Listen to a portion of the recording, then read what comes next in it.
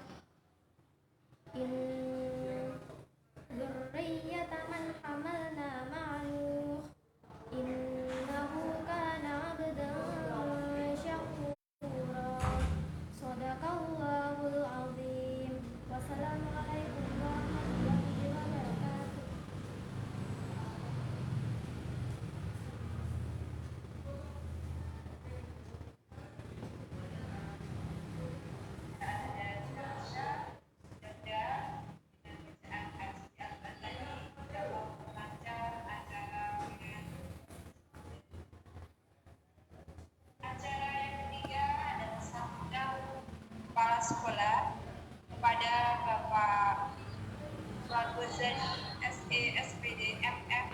Waktu dan tempat silakan.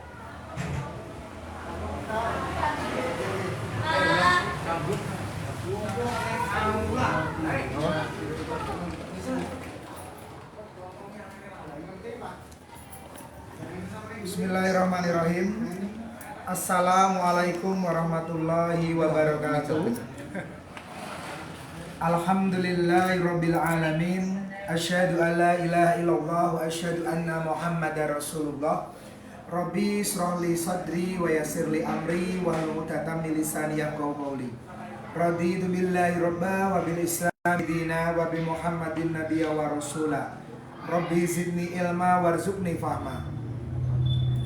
Alhamdulillah para pemirsa atau anak-anakku yang menyimak acara Zoom pada pagi hari ini dan juga yang memantau lewat channel YouTube maupun Facebook dari SD Jamaatul Ikhwan Surakarta.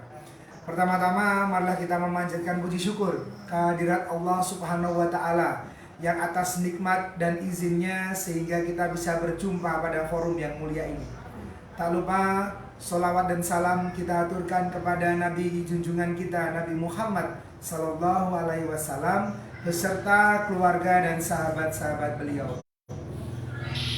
Yang kami hormati kakak saya Mas Ustadz Muhammad Iqbal, yang kami hormati rekan-rekan pengajar SD Jamaatul Surakarta, dan yang kami banggakan anak-anakku siswa SD Jamaatul Ikhwan, tentunya yang kami hormati para pirsawan yang mengikuti acara pada kali ini. Hari ini kita mau melaksanakan kegiatan sebenarnya pengajian atau tausiah lah, dalam rangka kita mengingat, bukan memperingati, mengingat yaitu peristiwa Isra dan Mi'raj yang dilaksanakan oleh Nabi besar kita Nabi Muhammad SAW. Tujuannya adalah anak-anak akan menerima ilmu dari Pak Ustadz Iqbal, di mana beliau adalah alumni dari SD Jamaatul Ikhwan Surakarta. Nanti beliau akan menyampaikan tentang apa itu makna atau proses jadinya Isra dan Mi'raj. Nah, nanti tolong anak-anak diperhatikan boleh nanti kalau ada tanya jawab, ada waktu bisa dilaksanakan. Dan kami juga berharap acara pada pagi ini bisa bermanfaat untuk kita semua.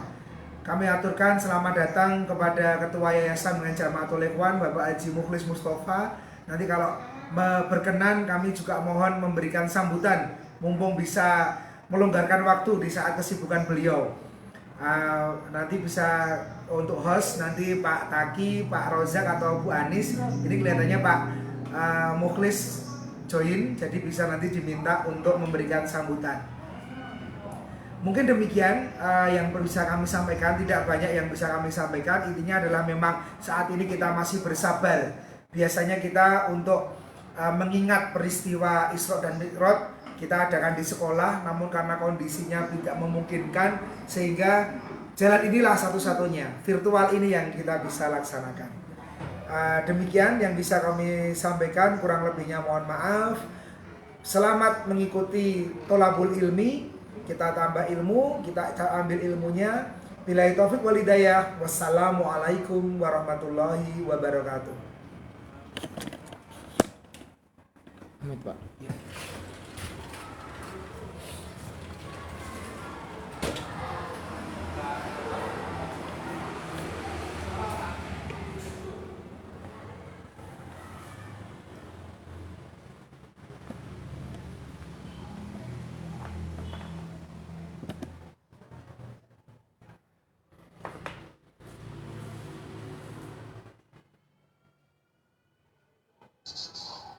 Demikian tadi sambutan yang disampaikan oleh Bapak Kepala Sekolah, Bapak Haji Produs dari SESPD MM. Semoga bisa memotivasi kita semuanya. Amin. Sambutan berikutnya dari Ketua Yayasan SD dan Ketua Yayasan Jamatul Ikhwan yang akan disampaikan oleh Bapak Haji Mukhlis Mustafa.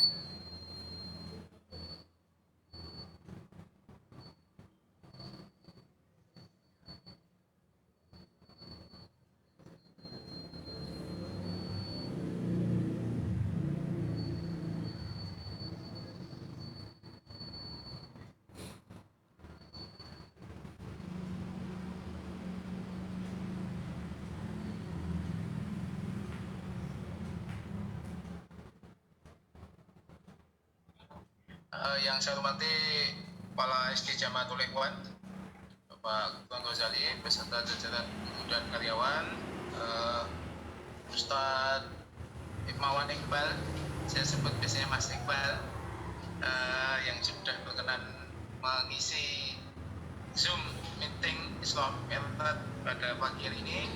Alhamdulillah pada pagi ini Allah masih memberikan kesehatan pada kita, kesempatan untuk bertemu silaturahmi walaupun secara virtual. Salawat serta salam semoga tercurah pada junjungan kita Nabi Muhammad SAW yang jawabannya kita nantikan di hari akhir nanti. Dan saya banggakan selamat juga anak-anakku SD Jamatul Ikhwan yang sudah bergabung, Mas Alvan dan teman-teman. Kita bergabung bersama dalam webinar kali ini, semoga mendapatkan rahmat dari Allah Ta'ala. Saudara-saudara sekalian, Bapak, Ibu, dan Ustadz Iqbal, mohon maaf sekali saya nggak bisa bergabung di SD Jamatul Ikhwan dari kantor dan berbarengan dengan acara yang lain. Saya mengucapkan selamat untuk melaksanakan webinar pada pagi hari ini, karena Isra Mi'raj adalah sebuah momentum yang monumental bagi umat Islam. Jadi utamanya dengan peristiwa sholat ya. Sholat itu sebuah parameter bagaimana keimanan seseorang. Apa yang dihisab pertama kali ya, nanti pada masa ini adalah sholat. Maka apabila sholatnya baik, maka insya Allah semuanya amalan akan baik. Nah, dalam hal ini Isra Mi'raj akan memberikan pemahaman, memberikan spirit yang baru dalam segala hal. Apalagi kita sedang berada di masa-masa yang sulit, orang mengatakan masa sulit, masa-masa pandemi dengan segala daya upaya siapa penolong utama? Penolong utama adalah Allah Ta'ala. Bagaimana agar Allah menolong bagi kita, maka Allah menolong bagi umat yang kita melaksanakan apa yang diperintahkan dan menjauhi apa yang dilarangnya. Saya ucapkan selamat pengajian virtual. Mohon Ustadz Iqbal nanti tausiahnya. Beliau alumni SD Jamaatul Ikhwan tahun 1980 ya. Kiprah beliau sungguh luar biasa, kita bisa meneladani beliau dan termasuk satu pendiri dari forum komunikasi alumni Madrasah Jamaatul Ikhwan yang dikenal dengan Podkaman DJI. Selamat dan semangat. Billahi taufiq wal hidayah. Wassalamualaikum warahmatullahi wabarakatuh. Waalaikumsalam warahmatullahi wabarakatuh. Demikian tadi sambutan dari Ketua Yayasan Jamaatul Ikhwan yang disampaikan oleh beliau Bapak Haji Muklis Mustafa MPD. Semoga bisa memotivasi kita semuanya.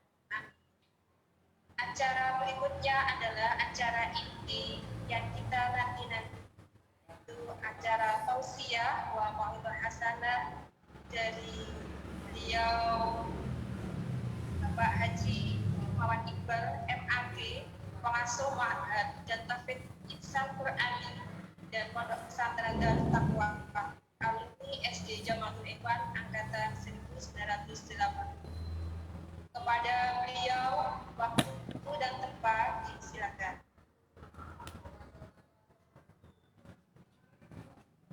Bismillahirrahmanirrahim. Assalamualaikum warahmatullahi wabarakatuh. Innal hamdalillah nahmaduhu wa nasta'inuhu wa nastaghfiruhu wa na'udzu billahi min syururi anfusina wa min sayyiati a'malina. May yahdihillahu fala mudhillalah wa may yudlilhu fala hadiyalah. Asyhadu an la ilaha illallah wa asyhadu anna Muhammadan abduhu wa rasuluh la nabiyya ba'da ma ba'd. Faqala Allah ta'ala fi kitabihil karim subhanalladzi asra bi abdihi lailam minal masjidil haram ilal masjidil aqsal ladzi barakhna haulahu linuriyahu min ayatina innahu huwas samiul basir. Wa qala nabiyuna Muhammad Rasulullah sallallahu alaihi wasallam as-salatu imaduddin faman aqamaha faqad aqamad-din wa man tarakaha faqad hadamatin. Wa fil hadisil ukhar taraktu fikum amrayni lam tadillu ma tamassaktum bihima kitaballah wa sunnatan nabi. Shadaqallah wa shadaqa Muhammad Rasulullah sallallahu alaihi wasallam. Alhamdulillah, yang pertama saya ingin ucapkan jazakumullahu khairal jaza atas kesempatan yang diberikan kepada kami, kepada Pak Mukhlis selaku ketua yayasan.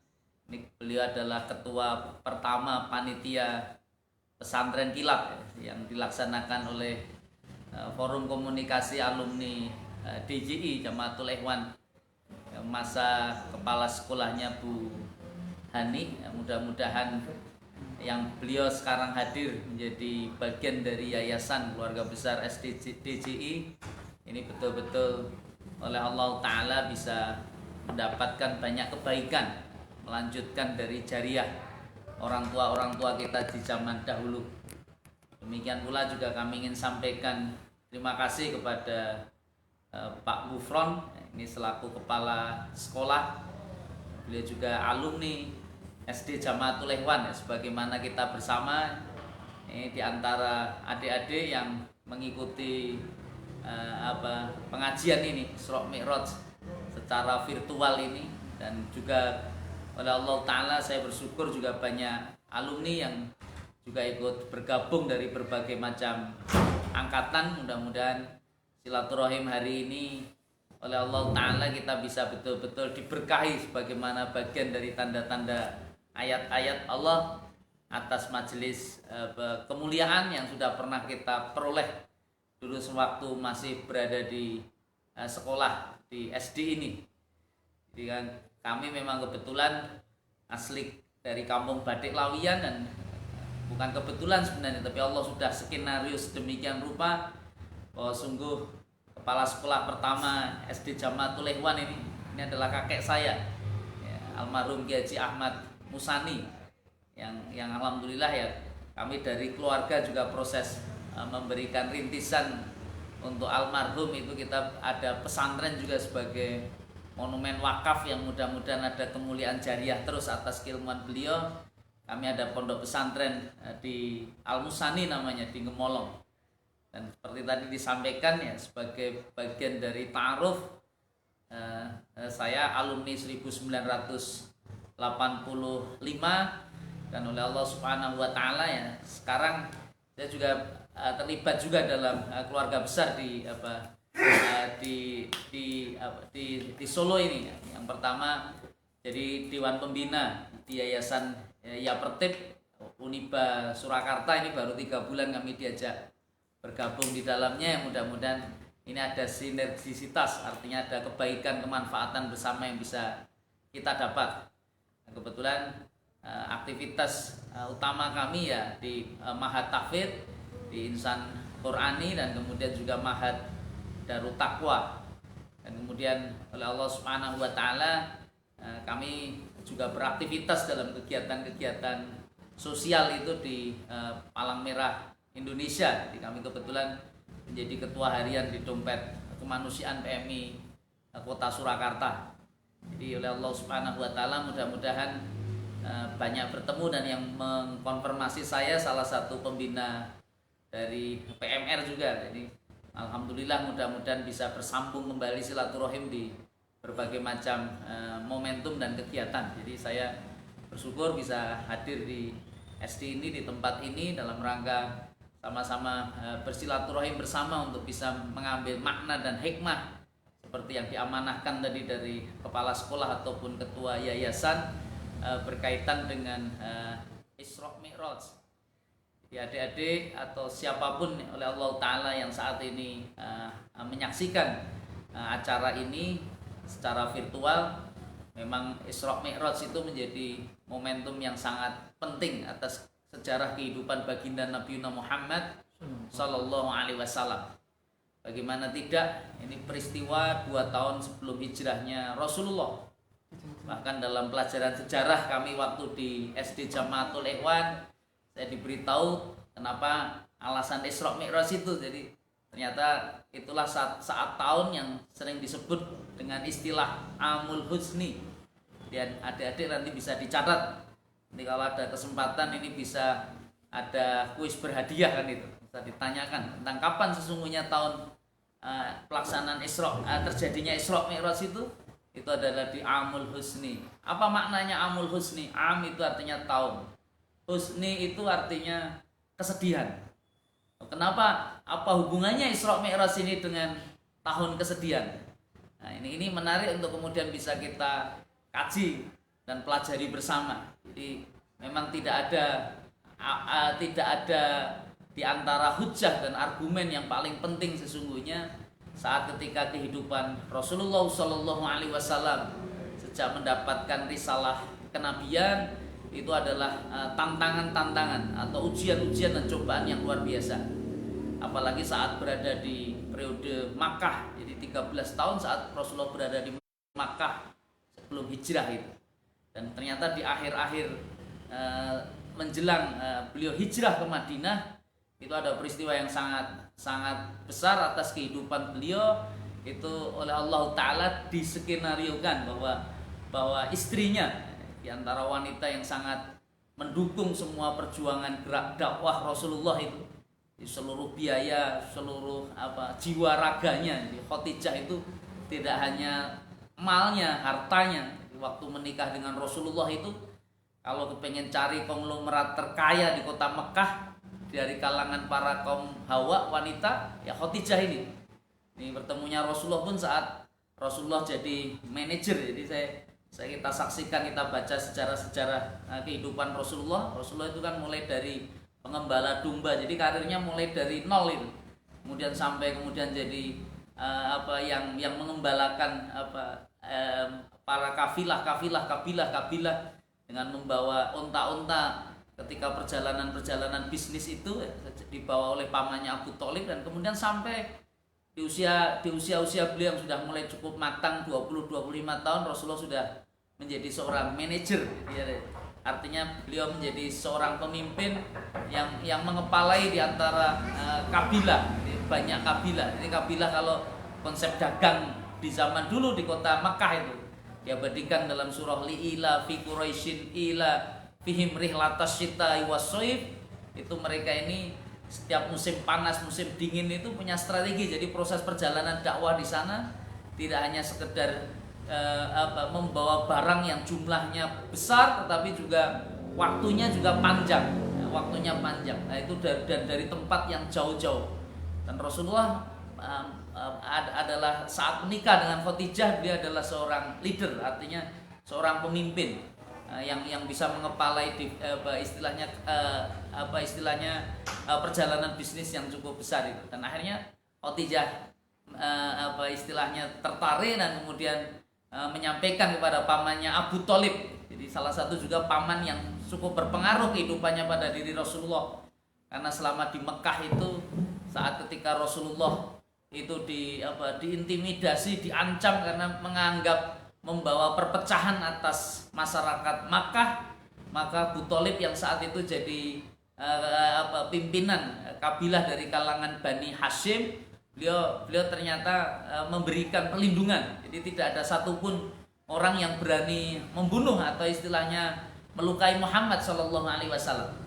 Walaupun ketika ada proses penawaran yang juga disampaikan melalui Abu Thalib paman beliau ini, bahwa kepada Muhammad kepada Muhammad itu apabila Muhammad menghendaki jabatan yang paling tinggi, saat itu kami akan angkat dia jadi raja di kalangan kami. Kalau Muhammad itu juga menginginkan di antara harta yang banyak, maka kami akan kumpulkan itu di antara para pengusaha-pengusaha di kota Mekah untuk berikan sebagai gaji dia. Dan kalau Muhammad itu menghendaki wanita yang tercantik untuk bisa ia nikahi, maka kalau itu anak-anak gadis kami, maka saya berikan, dan apabila itu istri-istri kami saya ceraikan untuk saya kasihkan Muhammad. Dan itu jawabannya menjadi sesuatu yang sangat besar yang bisa didengar selama Muhammad mau melakukan menghentikan ajaran yang dibawanya itu. Ini agama Islam itu didakwahkan Muhammad, diminta untuk dihentikan dakwahnya. Maka apa jawab Rasulullah? Andaikan mereka, wahai pamanku, wahai paman Abu Thalib ini, itu memberikan bulan di tangan kiriku, matahari di tangan kananku, mereka mampu lakukan itu, saya tidak akan pernah menghentikan jalannya dakwah ini. Diusaha untuk menyampaikan ajaran agama ini, bagian dari sebuah syiar agama kepada umat ini, sampai Allah nanti yang akan menentukan apakah saya akan syahid, akan mati karena aktivitas dakwah ini. Inilah sebuah nilai-nilai yang sangat agung, nilai-nilai yang sangat besar yang disampaikan Rasulullah.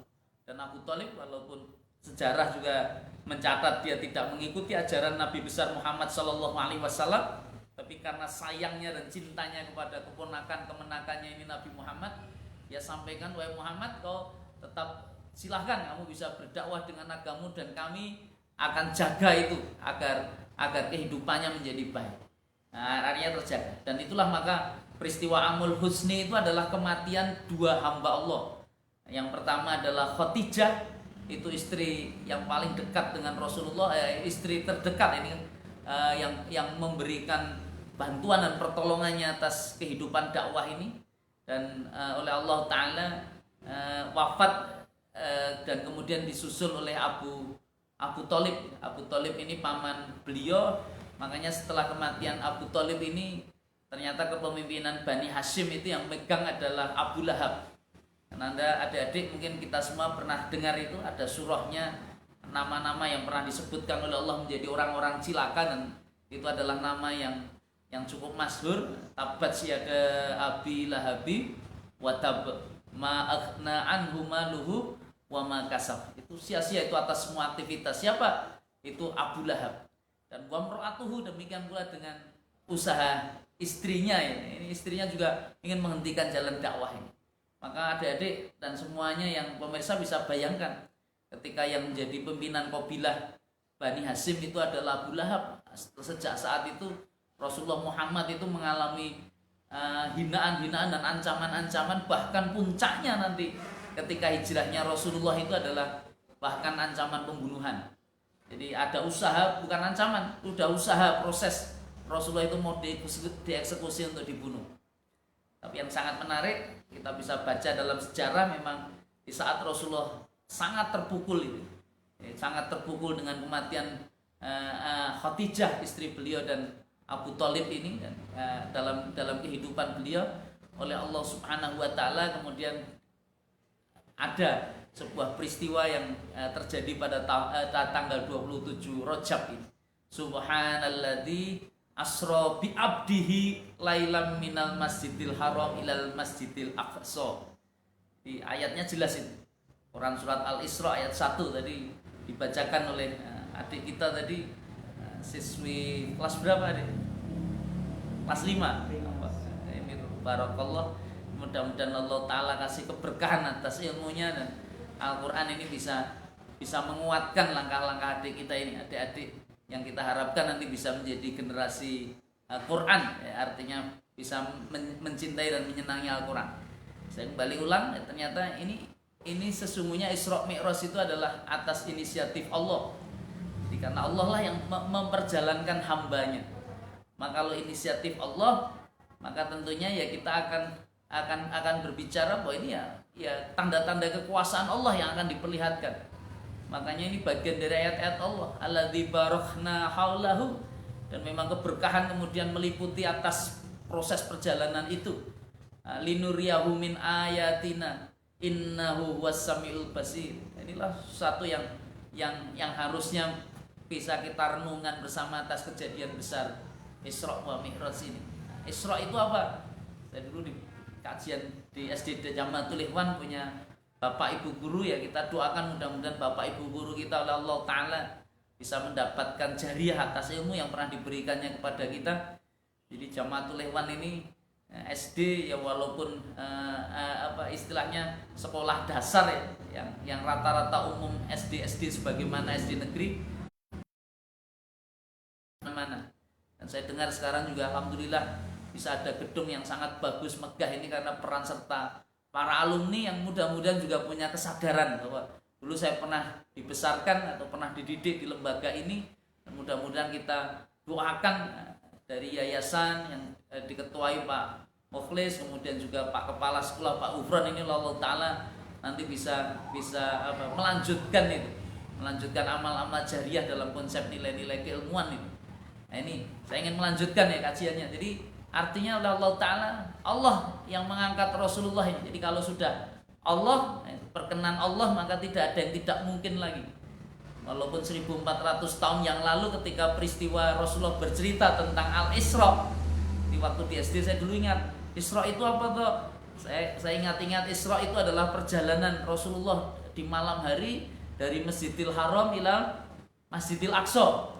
Jadi dalam malam hari aja, satu malam. Kemudian Mi'raj apa? Mi'raj itu adalah perjalanan baginda Rasulullah Shallallahu Alaihi Wasallam itu dari Masjidil Aqsa itu ila Sidratil Muntaha.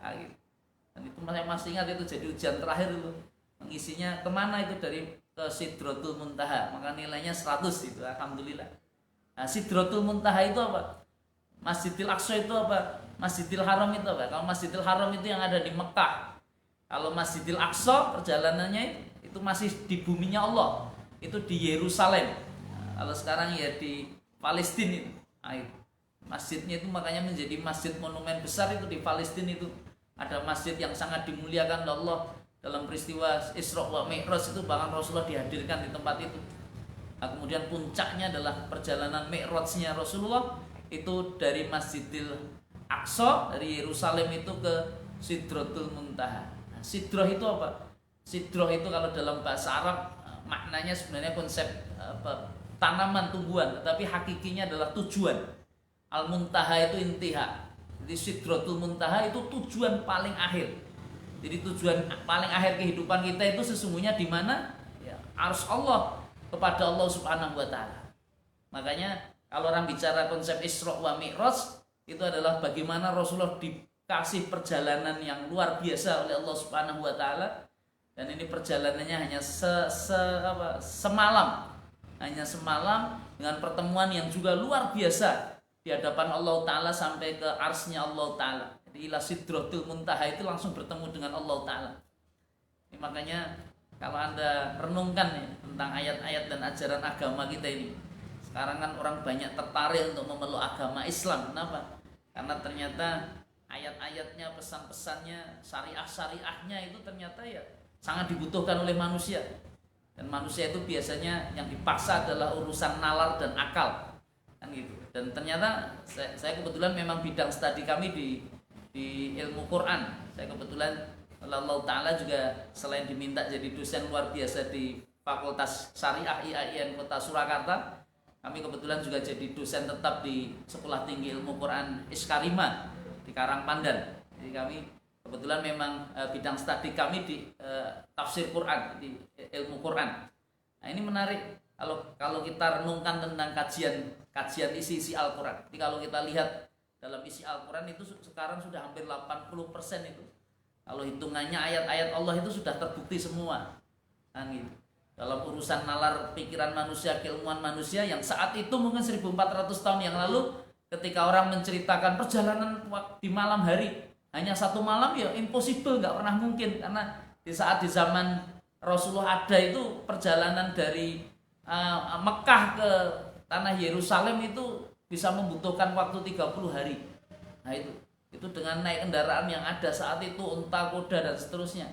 Bagaimana Muhammad kok cerita hanya satu malam, itu kan bohong dia kadang-kadang itu. Tapi kalau sekarang saya ceritakan 1400 tahun berikutnya, bukan tidak mungkin ternyata. Sekarang proses transportasi sedemikian luar biasa kan. Kecepatan apalagi naiknya Rasulullah itu kalau dalam kisah di hadis-hadis yang kami baca, di tafsir-tafsir yang ada, itu mengendarai dengan buruk. Buruk itu apa adik-adik? Buruk itu kan kalau dalam bahasa Arab dari kata bartin, istilahnya buruk, bartion itu kan maknanya adalah kilap. Jadi itu kendaraan yang kecepatannya itu seperti kecepatan cahaya. Makanya ayat-ayat Al-Quran itu kan juga ditunjukkan sebenarnya sebelum peristiwa Rasulullah sendiri. Pernah dengar itu kisahnya Nabi Sulaiman. Nabi Sulaiman itu juga pernah anak buahnya kendaraan, ya istilahnya kendaraan, bukan kendaraan, itu bisa memindahkan singgasana itu, teleportasi itu bahasanya kan gitu. Jadi bukan kalau kita sekarang kan konsep kecepatan telekomunikasi kan kita paham dan mengerti betul. Jadi kalau saya punya kawan yang kebetulan saat ini di Amerika Chicago, hari ini dalam detik yang sama dia mengakses Zoom ini atau dia mengakses di Facebooknya, di YouTube-nya dan seterusnya, ini bisa online, jadi bisa langsung live, orang bisa langsung bisa tangkap, jadi secara soft file-nya bisa sampai. Tetapi yang menarik di zamannya Nabi Sulaiman, kisahnya tidak hanya sekedar soft file gini. Antara saat itu Ratu Balqis di satu tempat di negeri Sabak, dan kemudian Nabi Sulaiman juga di tempat yang juga cukup jauh saat itu dengan kekuatan yang Allah Ta'ala izinkan, ternyata bisa memindahkan itu singgasana hanya dalam kejapan mata juga. Jadi itu kan hard file-nya itu bisa ikut terbawa kan ini. Makanya orangnya itu bisa sampai ke sana. Dan sekarang juga sudah mulai ditemukan pesawat terbang dengan kecepatan yang 6.000 km per jam. Artinya keliling dunia saja hanya 40.000 km per jam. Jadi artinya orang dengan pesawat yang sekarang ditemukan itu nggak ada setengah hari, orang sudah bisa kelilingi bumi. Anda bisa bayangkan sekarang teknologi sedemikian sudah cukup kuat dan canggih. Makanya saat di zaman Rasulullah saat itu diceritakan kan sangat tidak mungkin. Jadi orang cara berpikirnya kan nggak pernah sampai. Tapi kalau sekarang ya akhirnya nalar-nalar sudah ketemu. Ketika Al-Quran bicara tentang tentang hal-hal yang peristiwa pertumbuhan janin misalnya, itu sebelum ditemukan sekarang alat-alat canggih USG, orang bisa memfoto melihat perkembangan janin yang ada di perut ibu saat kita berada di rahimnya para bunda, itu Al-Quran sudah juga bercerita dengan sangat detail. Makanya ada banyak saya baca itu hamba-hamba Allah di antara dokter-dokter yang kemudian berbondong-bondong bisa masuk Islam gara-gara membuktikan ayat-ayat Allah itu adalah kebenaran, kan gitu. Nah, itu Maurice Bucaille salah satu di antaranya, kan gitu. Ketika dia juga masuk Islam dan mengkaji tentang Al-Quran, begitu mengkaji tentang ayat-ayat tentang Fir'aun misalnya, ditemukan dan ini Fir'aun itu matinya tenggelam, dari mana dia bisa tahu? Ternyata paru-parunya penuh dengan garam itu berarti kan proses ketika matinya dia memang nggak bisa bernafas dan dia menghirup garamnya karena memang tenggelam. Dan Al-Quran menceritakan itu. Al-Quran ceritakan sebagai tanda akan diutuhkan awet dan seterusnya sampai untuk menjadi pelajaran umat-umat terdahulu. Maka ketika diberitahu sama asistennya, dia tertarik. Al-Quran itu mana? Dia sudah bercerita ini tentang teori antum, teori jenengan. Hanya dia meneliti tentang isi-isi Al-Quran berdasarkan medis. Itu bukunya sudah banyak diterjemahkan dalam bahasa kita juga. Nah, kemudian juga ada dokter dari Thailand itu bisa masuk Islam gara-gara juga dia ahli tentang kulit. Ahli tentang kulit. Kebetulan Allah Ta'ala dia dengar satu ayat bahwa sesungguhnya orang itu kalau masuk di neraka itu kemudian dia dibakar dan disiksa, kemudian saya mau dibakar, habis setelah selesai dibakar itu diganti kulitnya yang baru. Jadi pertanyaan, kira-kira kenapa kok kulitnya dengan diganti yang baru? Agar merasakan sakitnya. Nah, ternyata dari penelitian dia sebagai dokter, dia temukan bahwa sesungguhnya kulit manusia itu yang bisa merasakan panasnya api itu ada kulit yang paling luar itu. Di situ ada sistem saraf yang bisa merasakan sakit. Jadi kalau kulit itu sudah tidak ada, itu mau diapakan saja nggak sakit. Anda boleh percaya, boleh tidak. Saya kebetulan punya kawan oleh Allah Ta'ala mengalami kecelakaan yang kebetulan terbakar itu hampir sebagian besar tubuhnya. Masih hidup dia, sekarang masih bertahan kehidupan. Ya, bisa ditunjukkan dia seringkali tutup itu, kalau dibuka itu dia sudah nggak punya kulit yang bisa merasakan sakit. Jadi apa-apakan itu nggak sakit dia. Jadi, dagingnya itu kan nggak, sistem sarafnya nggak sampai. Makanya ketika bicara seperti itu tuh nggak mungkin yang bicara Muhammad itu. Muhammad nggak pernah sekolah kedokteran, apalagi paham tentang ilmu anatomi tubuh dan seterusnya. Tapi inilah sebuah pelajaran besar. Jadi orang itu bisa membuktikan dari sisi Al-Quran itu sekarang sudah mulai banyak terbukti. Hanya memang ada wilayah 20% itu ya, saya mohon maaf, itu nalar akal kita mungkin ya harus dipaksa meyakini dan percaya saja. Nah, tentang apa Ustadz? Ya tentang keadaan nanti di alam kubur, tentang nanti di alam hisab, tentang di padang mahsyar, kemudian dengan surga dan neraka, kan itu. Kenapa Ustadz bisa bicara seperti itu? Sederhana saja sebenarnya. Karena memang inilah argumentasi-argumentasi ini. Jadi ada teori baru, ada asumsi yang nanti bisa terbantahkan dengan munculnya penelitian-penelitian baru. Al-Quran bukan itu. Al-Quran itu betul-betul kalam Allah. Al-Quran itu bagian dari kasih sayang Allah dan cinta kasih Allah kepada kita. Termasuk syariah-syariahnya itu yang paling penting. Dan yang paling penting apa? Paling penting itu kalau Isra Mi'raj itu adalah syariah tentang sholat. Loh, ada apa dengan sholat Ustaz? Nah, ini yang saya ingin sampaikan kepada semua pemirsa virtual di acara Isra Mi'raj ini di SD Jamaatul Ikhwan. Nah, apa tentang sholat itu? Ini kalau kita mengkaji, memang peristiwa proses Isra Mi'raj datangnya Rasulullah itu satu-satunya syariah. Saya ingin sampaikan satu-satunya syariah yang Allah turunkan langsung kepada Rasulullah Muhammad, tidak melalui malaikat Jibril, itu adalah syariah tentang sholat. Sholat apa? Sholat yang 5 waktu itu. Sholat yang 5 waktu. Maka nanti akan baca hadis-hadisnya, kan awalnya kan tidak, sehari itu tidak hanya 5 waktu, tapi ada banyak. Tapi oleh Allah Ta'ala, Rasulullah ini ada ikhtiar saat ketemu dengan Nabi Musa dan disampaikan umatmu nggak kuat itu, umatmu nggak kuat. Itu sampai 5 saja. Sebenarnya Nabi Musa ngasih usulan, minta lagi dispensasi dengan Rob kamu. Tapi karena Rasulullah Muhammad itu paham, nah saya sudah malu ini, saya sudah dikasih 5, itu sudah luar biasa. Dan ini masalahnya, apa itu sesungguhnya? Kenapa kok Allah jauh-jauh punya inisiatif mengajak Muhammad untuk dikasih syariah tentang sholat, dan itu harus berjumpa dan langsung ke Sidratul Muntaha. Jadi ketujuan paling puncak pada atas manusia. Karena memang betul kata Rasulullah, as-sholatu imaduddin, Faman aqamaha faqad aqamadin wa man tarakaha faqad hadamadin.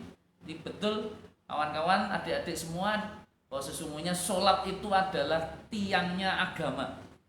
Ya, tiangnya agama. Jadi, kalau tiangnya agama itu faman aqamaha, barang siapa yang tegak itu dia punya tiang-tiang atas sholatnya, dia tegakkan sholatnya, maka faqad aqamadin, maka hakikinya, sejatinya orang-orang ini adalah orang-orang yang menegakkan din agamanya.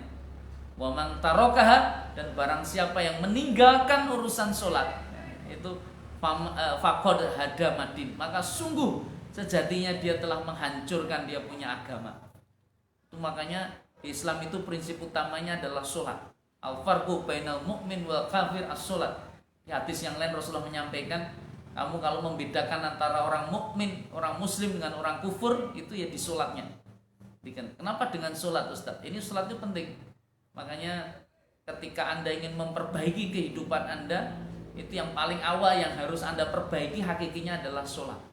Loh, kenapa lagi dengan sholat? Sholat itu adalah peristiwa-peristiwa spiritual yang luar biasa, yang Rasulullah kemudian ceritakan dalam hadis-hadis sahih tentang kisah-kisah Isra Mi'raj, di mana Rasulullah dimasukkan ke surganya Allah, di mana Rasulullah diperlihatkan tentang siksa-siksa neraka, dan kemudian dikasih wasilah dengan aktivitas sholat itu. Maka sholat itu kalau menurut Rasulullah adalah mi'rajul mu'minin. Jadi sholat itu sebenarnya bagian dari mi'rajnya pertemuan antara orang-orang beriman kita ini dengan Allah Subhanahu wa Ta'ala. Makanya kalau dalam Quran surat Tuhan kita baca wa aqimis sholah lidzikri. Jadi orang itu kalau menegakkan sholat itu sejatinya lidzikri kata Allah. Itu untuk mengingat diriku.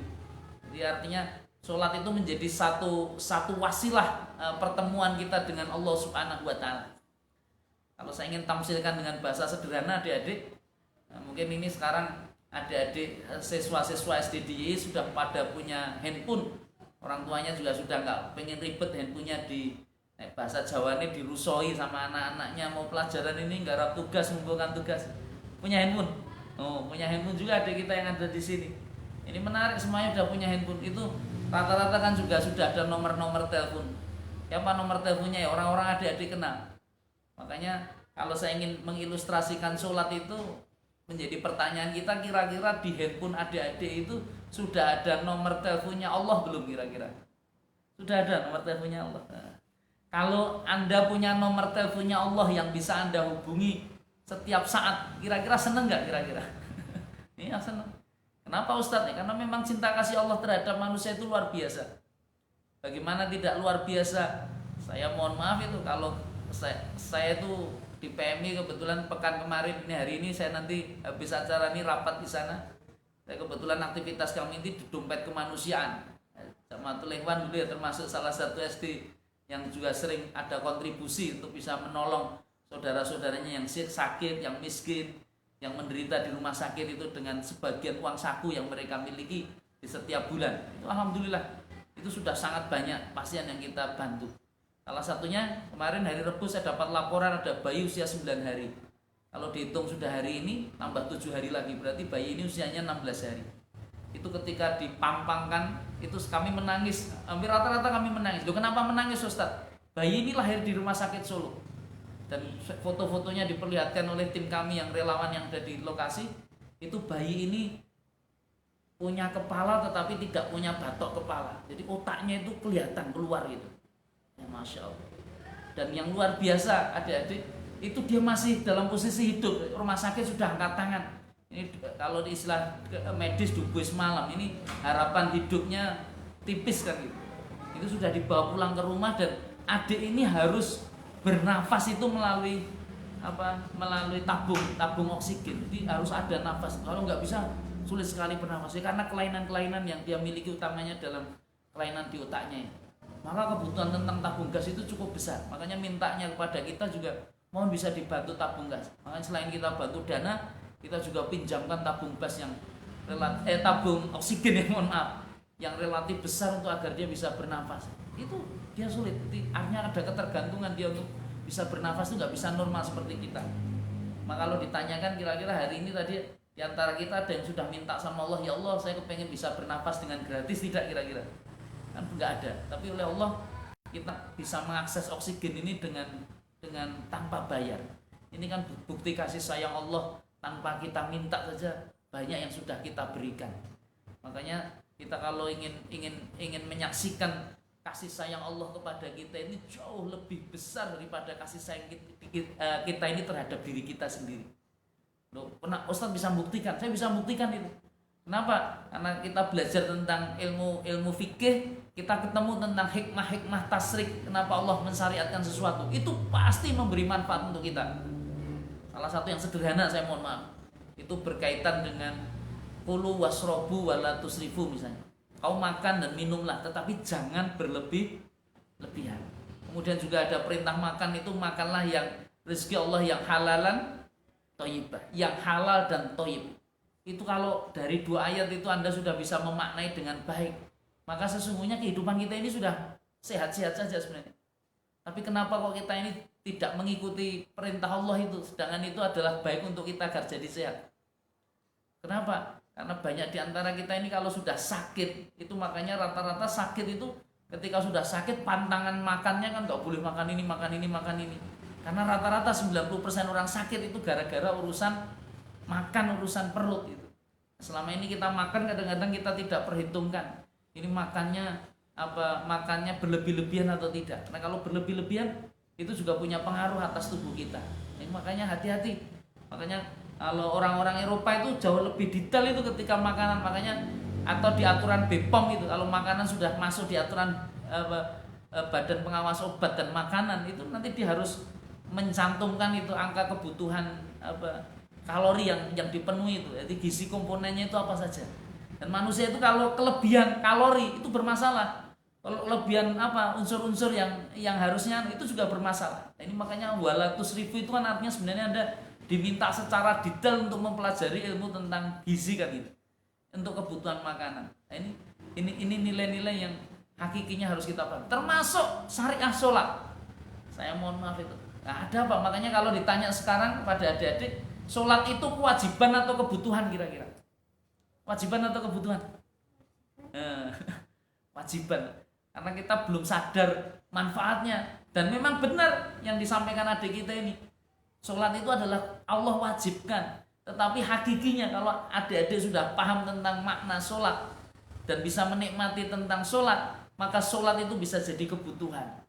Loh, kenapa Ustadz bisa jadi kebutuhan? Ya kisah Rasulullah Shallallahu Alaihi Wasallam saat ketika berada dalam sebuah suasana amul husni, kesedihan yang sangat kuat, tidak ada kehilangan yang jauh lebih besar saat itu dirasakan Rasulullah ketika kehilangan istrinya Khadijah dan ketika kehilangan pamannya Abu Thalib. Itu betul waktu di Mekah itu, karena ancaman menjadi sangat serius kepada dirinya yang membackup di kalangan manusia tidak sekuat ketika dia masih punya istri dan ada pamannya itu. Tetapi oleh Allah kemudian dikasih perintah sholat 5 waktu. Makanya ayatnya jelas itu Al-Baqarah, wasta'inu bis-sabri was-shalah wa innaha lakabiratun illa 'alal khashiin.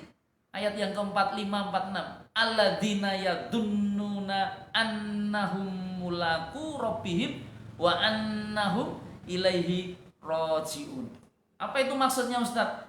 Kau minta tolonglah kau dengan apa? Dengan sabar dan sholat. Di sholat itu sebenarnya bisa mengukuhkan kesabaran seseorang. Makanya kalau bahasa berita acara sabar menurut agama itu dasarnya dari aktivitas sholat itu. Karena wahnya itu wawu aktuf kalau Anda belajar bahasa Arab, dan itu nggak bisa dipisahkan. Jadi sabar itu nggak akan bisa Anda peroleh kecuali dengan sholat. Dan sholat yang khusyuk itu pasti akan menghasilkan kesabaran. Itu saling berhubungan, itu nggak bisa dipisahkan itu. Maka apa? Alladzina yadunnuna annahum mulaku rabbihim wa annahum ilaihi rajiun. Ya, sholat yang khusyuk itu yang bagaimana? Diterangkan yang ayat 46 Al-Baqarah itu.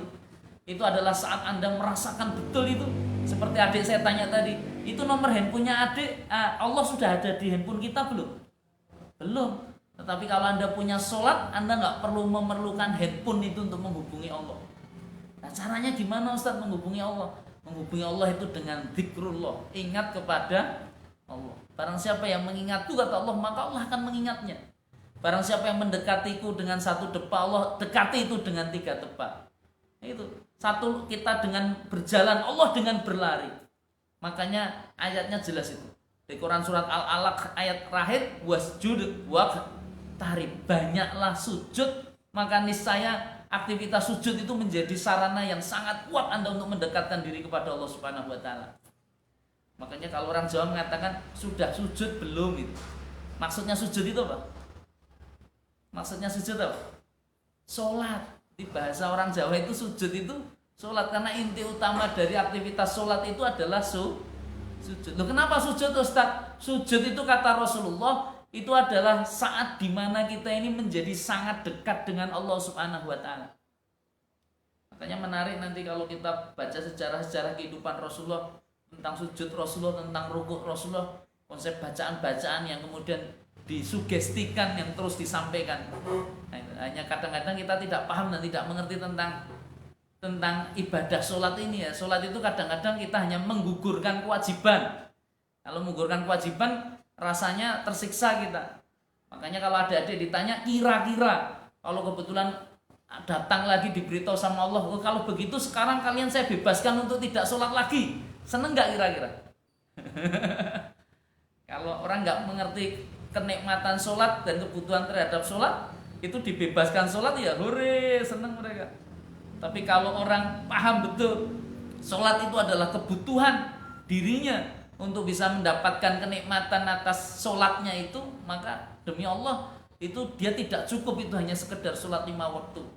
Maka lihatlah orang yang sudah mulai menikmati nikmatnya khusyuknya sholat, dia akan pasti tambah itu sholatnya dengan sholat-sholat sunnah.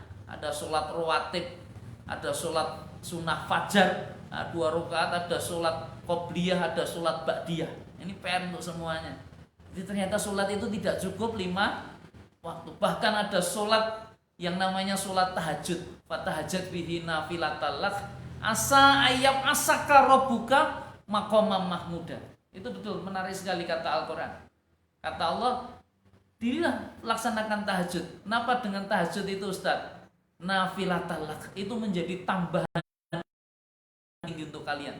Asa ayab asaka rabbuka maqamam mahmuda. Itu bisa meningkatkan itu posisi daya makom Anda menjadi maqamam mahmuda, itu makom yang sangat mulia itu di sisi Allah Subhanahu wa taala. Nah, inilah konsep sholat-sholat dalam ajaran agama Islam. Makanya kita patut membuat proses perenungan. Islam ini sholat itu sudah manfaat dulu. Makanya nanti di Quran surat Al-Mu'minun juga Allah jelaskan lagi. Qad aflaha. Qad aflaha itu kan sungguh kesukses itu. Sungguh orang itu akan jadi sangat sukses. Siapa mereka? Orang-orang beriman. Siapa orang-orang beriman yang dianggap Al-Quran itu sangat sukses? Itu apabila dia bisa mendirikan sholat itu dengan khusyuk. Nah, masalahnya sudah khusyukkah sholat kita? Atau bagaimana sesungguhnya Ustadz cara agar sholat ini bisa jadi khusyuk? Nah, ini kan sesuatu kajian-kajian agama yang harus terus berkesinambungan untuk disampaikan. Tetapi intinya ketika orang itu sudah bisa sholat dengan khusyuk, dengan benar sebagaimana tuntunan Allah, maka hikmahnya nanti di Quran surat Al-Ankabut ayat 45. Adik-adik akan ketemu ayat inna sholata tanha anil fahsyai wal munkar. Sesungguhnya menegakkan sholat, orang yang bisa menjalankan sholat itu bisa mencegah orang tidak berbuat keji dan tidak berbuat mungkar. Kenapa kok ternyata sholat itu bisa menjadi benteng yang sangat kuat agar kita tidak masuk ke dalam jurang kejahatan atau kemaksiatan? Karena hakikinya sholat itu sesungguhnya menjadi bagian sugesti. Kalau adik-adik paham bacaan-bacaan sholat. Dan dulu saya di SD Jamatul Iman sama guru-guru diajari dengan bacaan-bacaan sholat. Diajarin sholat tidak? Alhamdulillah, barakah. Jadi masih berkesinambungan. Minimal menyekolahkan anak di SD Jamatul Iman itu bisa ngaji, bisa sholat. Dan itu bukan minimal, itu sesuatu yang besar. Saya tuh kebetulan juga mendirikan kutab. Kutab itu ya semacam anak-anak untuk sekolah dasar, karena sekarang kecenderungan orang tua itu bahkan sangat ekstrim dalam tanda petik, udah nggak butuh lagi ijazah. Kepengennya pokoknya anaknya belajar Quran kan. Kenapa Ustadz? Saya sendiri kaget juga. Makanya kebutuhan masyarakat itu kita coba tampung itu. Makanya sekolah-sekolah yang betul-betul Quran itu ya sekarang mulai dicari. Loh kok seperti itu? Saya ketemu dengan salah satu pimpinan perguruan tinggi, pimpinan direktur di beberapa perusahaan, itu dia cerita, dulu itu orang tua saya Ustadz itu nggak pernah sekolah. Orang tua saya itu hanya petani-petani biasa saja. Tapi alhamdulillah saya bersyukur sekarang saya ini jadi sukses, punya rumah, punya mobil, macam-macam, pekerjaan mapan dan seterusnya. Gelarnya juga sampai profesor dan seterusnya. Tapi kemudian ditanya, lalu gimana kabarnya anak-anak Bapak? Ternyata dia nangis. Wah, anak-anak saya itu ya ketika saya sekolahkan ya kemana-mana macam-macam. Akhirnya ternyata tidak paham dengan urusan betul-betul agamanya. Sekarang malah kena narkoba, kena masalah dan seterusnya. Jadi yang hebat itu bapaknya yang profesor itu atau bapaknya nggak pernah sekolah kira-kira. Ini kan sebuah pertanyaan yang harus dijawab itu untuk kita bersama. Makanya betul itu kata agama, mayuridullahu khairan fayuwafiquhu fiddin. Cara Allah menjadikan anak kita baik, Bapak Ibu, itu adalah dipahamkan dia dalam urusan agama. Makanya saya tidak ingin memprovokasi siapa-siapa, tapi coba nanti lihat aja di kota Solo. Saya dulu dekat itu dengan wali kota yang dulu Pak Rudi itu. Nah itu tanya, Pak Rudi sekarang kok SD dipugar sedemikian megah, sedemikian bagus. Ya, biar mereka tertarik masuk SD. Nah Pak SD negeri ini sudah mulai banyak yang gulung tikar, harus disatukan di antara SD yang lain. Enggak banyak peminatnya. Loh, apa anak-anak itu sudah mulai sedikit jumlahnya? Enggak, itu malah yang ramai itu sekolah-sekolah swasta seperti SD Jamatul Ikhwan ini yang dicari. Kenapa? Karena itu tidak didapat di sana. Apa itu? Ajaran pelajaran agama kan gitu. Nah inilah makanya orang itu kalau kepingin anaknya jadi baik, itu bukan disekolahkan di sekolah tinggi-tinggi, itu bukan itu, tetapi dipahamkan dia dalam urusan agamanya. Mayuridullahu khairan fayuwafiquhu fiddin. Allah itu kalau kepingin seseorang hidupnya jadi baik, tertata jadi baik, dia akan dipahamkan dalam agama. Makanya cukup Anda ajarkan anak tentang agama, pahamkan Quran, mengertikan Quran, itu Anda nggak perlu harus macam-macam, dia sudah sangat menghormati orang tuanya. Loh bagaimana Ustaz? Karena dia ketemu ayat bahwa soinal insana biwa lidai hamalat umuhu wahnan ala wahnin dan seterusnya. Orang tua nggak usah cerita, aku sudah ngeragati kamu, aku sudah besarkan kamu, sudah nyekolahkan kamu, investasi besar kamu. Tapi ketika dia membaca ayat Allah itu tentang Allah menghendaki kau menghormati orang tua kamu, yang ibumu yang melahirkan kamu dan seterusnya, otomatis dia menjadi anak yang berbakti karena paham agamanya, paham Allah, dan tahu betul bahwa amal perbuatan itu nanti akan dipertanggungjawabkan di hadapan Allah Subhanahu wa taala. Nah, inilah saya kembali ke konsep sholat. Sholat itu juga gitu. Ini bagian dari syariah yang ternyata bisa menjadi kontrol karakter hidup kita. Lalu Ustaz, itu ada orang yang sholat tetapi kok ternyata yang masih nyolong, orang yang sholat ternyata masih korupsi, orang yang nyolong, orang yang sholat tapi masih suka berdusta dan seterusnya. Itu berarti yang salah bukan sholatnya itu, tapi bagaimana sholat dia ini, apa sudah betul sebagaimana yang dituntunkan atau belum. Makanya sholat itu tidak hanya ruku-ruku gedang, nggak cukup itu hanya sekedar sujud ruku, itu ada bacaan-bacaannya. Dan saya tadi bertanya kepada adik kita ini di SD Jamatul Ikhwan kelas 5, katanya juga diajarkan di sini bacaan sholat. Itu barakallah. Dan bacaan sholat itu kita baca. Anak sholat itu harus bisa membaca bacaan sholat. Tapi baca tapi nggak paham Ustaz, nah itu perlu dipahamkan. Makanya kalau dia sudah paham bacaan sholat, maka sejatinya nanti aktivitas sholat itu menjadi sugesti dia terus menerus untuk banyak memuji Allah dan untuk banyak melakukan kebaikan. Makanya renungkan itu bacaan-bacaan sholat, banyak pujian-pujian itu kepada Allah. Orang kalau memuji Allah itu dia tidak akan sombong, dia tidak akan riak, dia tidak akan takabur dan seterusnya. Artinya ada sifat-sifat yang dia merasa dikontrol dengan Allah. Kalau dia mensugesti mau melakukan kebaikan-kebaikan, sholat itu nanti akan fawailul lil musallin alladzina hum an sholatihim sahun alladzina hum yuraun wa yamnaunal ma'un. Itu kan ayat-ayat yang diterapkan dalam Quran surat Al-Ma'un itu Anda bisa saksikan itu. Jadi ternyata sholat itu juga berdampak pada jiwa-jiwa sosial untuk menghidupi anak yatim, untuk ngasih makan orang miskin dan seterusnya. Nah inilah nilai-nilai kebaikan yang mudah-mudahan senantiasa bisa terus kita bangun dalam kehidupan ini, menguatkan karakter dengan menjadikan sholat yang baik. Dan saya masih ingat, mudah-mudahan di DIY masih dilakukan. Dulu ujian kelulusan terakhir itu juga praktek sholat. Sekarang ya, oh barakallah, praktek sholat juga. Jadi ternyata masih diterapkan. Dan itu kalau bisa diajarkan lebih awal, lebih dini, ngajak berjamaah. Nah sekarang Ustadz karena online bagaimana ya? Mungkin sholatnya melalui virtual juga. Nah gitu, jamaahnya melalui virtual. Tapi disaksikan itu harus dikontrol. Makanya harus ada kerjasama antara sekolah dan wali murid. Nah, inilah makanya kesadaran itu harus dibangkitkan. Saya ingin membangkitkan semangat juga pada wali murid. Ini sekolah-sekolah ini di sini ada para mujahid dan mujahidah yang akan terus mendampingi putra-putri panjenengan. Kebetulan saat ini memang mereka dipaksa untuk berada di rumah masing-masing. Kita mohonkan nanti oleh Allah Subhanahu wa taala dikasih kemudahan. Jadi apa yang jenengan sertakan, apa yang Anda alami di rumah ini nanti bisa terus dikomunikasikan dengan baik. Dan mudah-mudahan segera ada solusi, dan kita juga mudah-mudahan dengan sholat-sholat itu memohon kepada Allah agar pandemi ini segera tuntas, pandemi ini segera selesai, sehingga kita bisa offline semuanya. Isra Mi'raj nggak perlu ya virtual dilakukan juga, tetapi juga dilakukan juga secara offline. Ini yang bisa saya sampaikan. Mungkin nanti kalau ada tanya jawab kami persilahkan, tapi kalau tidak ya nanti mudah-mudahan Allah Ta'ala diberkahi kita bersama. Dan salam untuk semuanya adik-adik yang menyaksikan ini yang live.